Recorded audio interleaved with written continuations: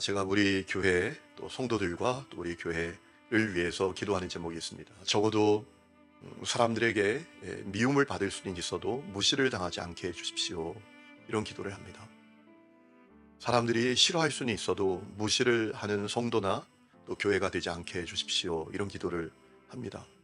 여러분, 사람이 각 사람마다 선호도가 있지 않습니까? 어떤 사람은 좀 더 끌리기도 하고 어떤 사람은 덜 끌리기도 합니다. 그런데 중요한 것은 무시를 받아서는 안 됩니다. 여러분, 예수님은 우리가 주님 때문에 세상으로부터 미움을 받을 것이라고 하셨습니다. 그렇기 때문에 저는 그런 마음을 갖습니다. 교회가 억지로 세상에 인기를 구걸할 필요는 없다라는 거예요. 세상이 의도적으로 잘 보이려고 하는 그런 필요는 없다라는 것이죠. 다만 무시를 당하지는 말아야 한다라는 것입니다. 무시할 수 없는 성도, 무시할 수 없는 교회가 되어야 한다라는 것입니다. 여러분, 오늘 여러분들은 그런 분들이십니까? 오늘 말씀을 보면 이 이스라엘 성들이 그와 같은 사람들이었구나라는 마음을 가지게 됩니다. 여러분, 이스라엘 성들이 이 가나안 족속들에게 얼마나 불편했을까요? 참 쉽지 않은 사람들이다라고 생각이 됐을 것입니다. 왜냐하면 애굽에서 돌아와 승승장구하기 때문입니다. 가나안 족속들에게 참 마음이 불편했을 겁니다. 하지만 이스라엘 성들을 절대로 무시할 수는 없었습니다. 승승장구하며 승리했기 때문입니다. 그들이 여리고성 정복도 하고 아이성 정복도 하고 계속 승승장구하는 것입니다. 어느 날 가나안 족속들이 함께 모여서 회의를 열었습니다. 그리고 큰 결정을 내렸습니다. 이스라엘과 맞서 싸우기로 한 것입니다. 아마 그런 생각을 했던 것 같아요. 우리가 뭉치면 살고 흩어지면 죽는다. 이런 마음을 가졌던 것 같아요. 그래서 1절과 2절 말씀을 보면 요단 서쪽 산지에 사는 사람들, 평지에 사는 사람들, 또 지중해 연안에 있는 모든 족속들이 모여서 일심으로 여호수아와 이스라엘에 맞서서 싸우고자 했다라는 겁니다. 그런데 변수가 발생했습니다. 어떤 변수가 발생했나요? 동맹에서 이탈하는 족속이 생겼습니다. 그들이 누굽니까? 기브온에 사는 히위 족속이었습니다. 이 기브온은 예루살렘 북쪽에 있는 그런 성읍이었습니다. 히위 족속이 거기 살고 있었던 것 같습니다. 아마도 그들은 이스라엘과 싸워선 절대로 우리가 못 이긴다, 이런 마음을 갖게 된 것 같습니다. 그래서 그들을 속여서 화친을 하자, 평화조약을 맺자라고 여긴 것 같습니다. 그래서 그들은 아주 먼 곳에서 온 사람들처럼 자기들을 가장하고 또 이제 사절단을 보내게 됩니다. 어떤 모습으로 옵니까? 오늘 말씀을 보니까 다 헤어진 전대, 다 헤어진 가죽 포도주 부대를 나귀에 싣고 아주 낡은 신발과 낡은 옷을 입고 또 곰팡이가 잔뜩 난 빵을 갖고서 이스라엘 성들에게 찾아왔다라는 것이죠. 그러면서 하는 얘기가, 우리는 아주 먼 곳에서도 왔습니다. 우리와 평화조약을 맺읍시다. 우리들이 하나님의 명성을 들었습니다. 하나님께서 애굽에서 어떤 일을 하셨는지, 또 하나님께서 당신들을 통해서 이 땅에서 어떤 일을 행하셨는지 우리가 다 들었습니다. 그러니 우리와 평화조약을 맺읍시다 라고 하는 것입니다. 싸워서 사라지느니 차라리 우리가 실리를 택하자, 평화조약을 맺자, 이렇게 하게 된 것이죠. 여러분, 오늘 말씀을 보면 어떤 일이 벌어집니까? 문제는 이스라엘 성들에게 생겼습니다. 이스라엘 성들이 그들의 말을 덥석 믿고 그들과 화친하고 평화조약을 맺었다라는 것이죠. 여러분, 하나님께서 가나안 족속 다 진멸하라고 하셨습니다. 다 남기지 말라고 하셨습니다. 그런데 그 말씀에 불순종하게 되는 그런 일이 벌어지고 말았다라는 것이지요. 이 사실을 통해서 중요한 사실을 깨닫게 됩니다. 첫 번째는 위기는 승리 뒤에 찾아온다라는 것입니다.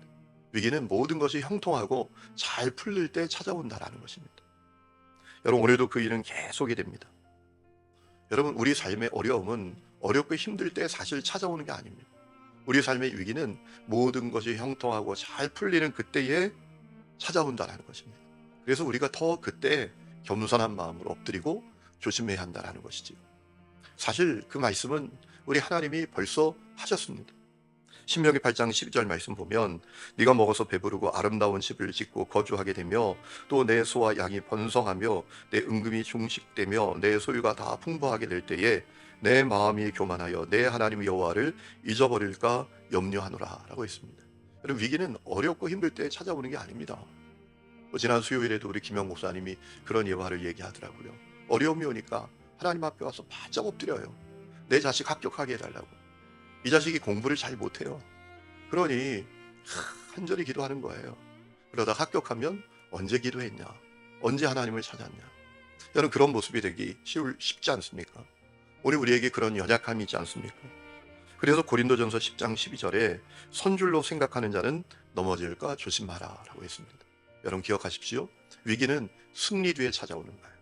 모든 것이 잘 풀리고 형통할 때가 사실 위험한 때입니다. 그 눈이 여러분에게 열릴 수 있기를 주의 이름으로 축원합니다. 두 번째는 우리를 향한 미혹은 언제나 거짓과 강교함으로 다가온다라는 거예요.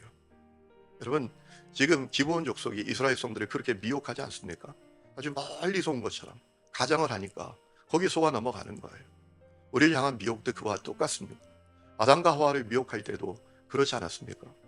여러분 하나님께서 아담과 하와에게 뭐라고 말씀하셨습니까? 선악과 먹지 말아라. 먹으면 죽는다. 그런데 거기에 덧붙인 말씀이 있죠.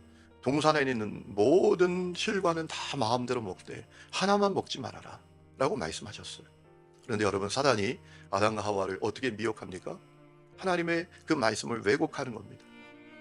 마치 하나님이 동산에 있는 모든 열매를 먹지 말라고 한 것처럼 미혹을 합니다.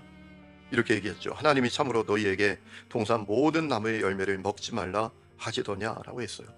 여러분 말이 아다르고 어다릅니다. 하나님은 다 먹어라. 그러나 하나만 먹지 말아라 라고 하셨는데 사단은 뭐라고 말하죠? 다 먹지 말라 했느냐? 이렇게 다가온단 말이에요. 그러니까 거기 넘어가는 겁니다.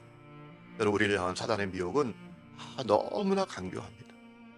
우리를 미혹하는 그 유혹은 너무나 강교하고 너무나 우리가 정말 미혹되기 쉬운 그런 것입니다. 그래서 예수님께서 제자들을 파송하시면서 뱀같이 지혜롭고 비둘기같이 순결하라 라고 한 거예요. 여러분 지혜롭다라고 할 때 그 지혜가 어떤 의미일까요? 뭔가 사람이 현명하고 뭔가 영특하고 그런 의미가 아닙니다. 원문에 보면 프로니모스라는 단어인데 번역하면 통찰력이 있는, 분별력이 있는, 간파하는, 사려 깊은 이런 뜻입니다. 여러분 우리가 믿음의 길을 걸을 때 이것이 필요해요. 프로니모스가 필요합니다. 영적인 통찰력이 있어야 합니다. 분별력이 있어야 합니다. 그래야 사단의 미혹을 잘 분별하고 승리할 수 있다는 것이죠. 여러분에게 그 은혜가 있기를 주의 이름으로 축원합니다. 세 번째는 하나님께 답을 얻어야 한다는 거예요. 여러분 이스라엘 백성들도 기브온 사람들의 말을 순순히 믿지는 않았습니다.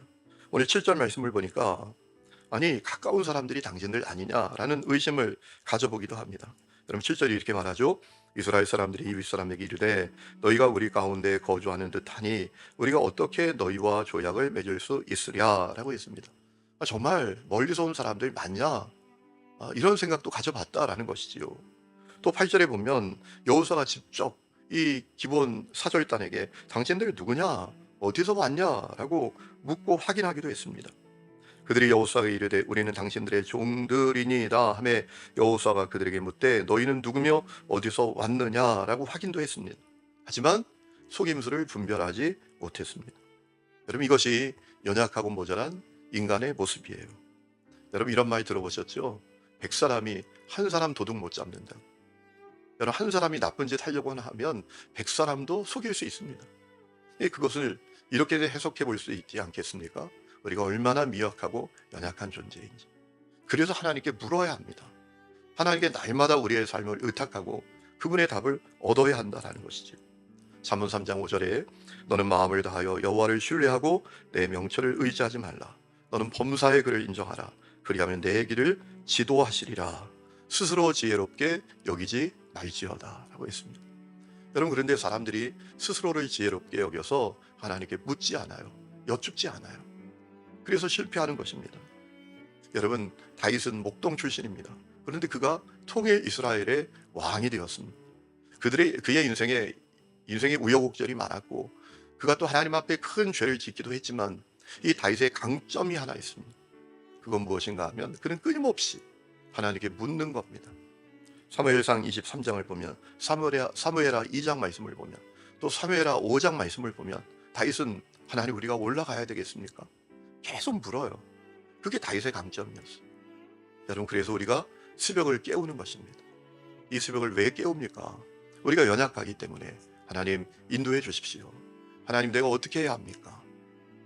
이것을 우리가 주님 앞에 고백하는 것이 이 새벽의 시간이다 라는 거예요. 여러분, 이스라엘 백성들의 이 모습을 보면서 오늘 우리가 어떻게 행해야 될까라는 사실을 확실히 알게 됩니다. 모든 것이 잘 풀리고 또 잘 나갈 때, 그때가 진짜 위험한 때다. 이 분별력이 있어야 합니다. 그리고 사단은 언제나 강교하게 다가온다라는 거예요. 여러분, 사람들이 그래요. 내가 진짜 왜 그랬는지 모르겠다고. 왜 그렇죠?